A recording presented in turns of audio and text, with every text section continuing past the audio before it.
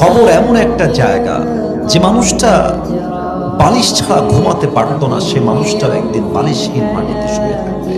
যে মানুষটা গরম সহ্য করতে পারতো না, গরম ফ্যান দাও, এসি লাগাও, ফ্যান দাও, এসি দাও, একটা মুহূর্তের জন্য যে মানুষটা গরম সহ্য করতে পারতো না, সে মানুষটাও একদিন এসিহীন, ফ্যানহীন অন্ধকার ঘরে সাদা কাফনের কাপড়ে প্যাকেট হয়ে শুয়ে থাকবে। যে নারী আজকে সাজ সজ্জা, শাড়ি, গহনা, মেকআপ, পুরো দেহটা অলংকার দিয়ে ভরা, রূপে তার গৌরব এসে বাঁচে না, এই মানুষটাও যদি আজ রাতে মারা যায়, আগামীকাল তার সমস্ত শাড়ি খুলে, কাপড় খুলে, 3.5 হাত মাটির কবরে সাদা কাফনের কাপড়ে প্যাকেট করে চিরজীবনের জন্য শুয়ায় দেওয়া হবে।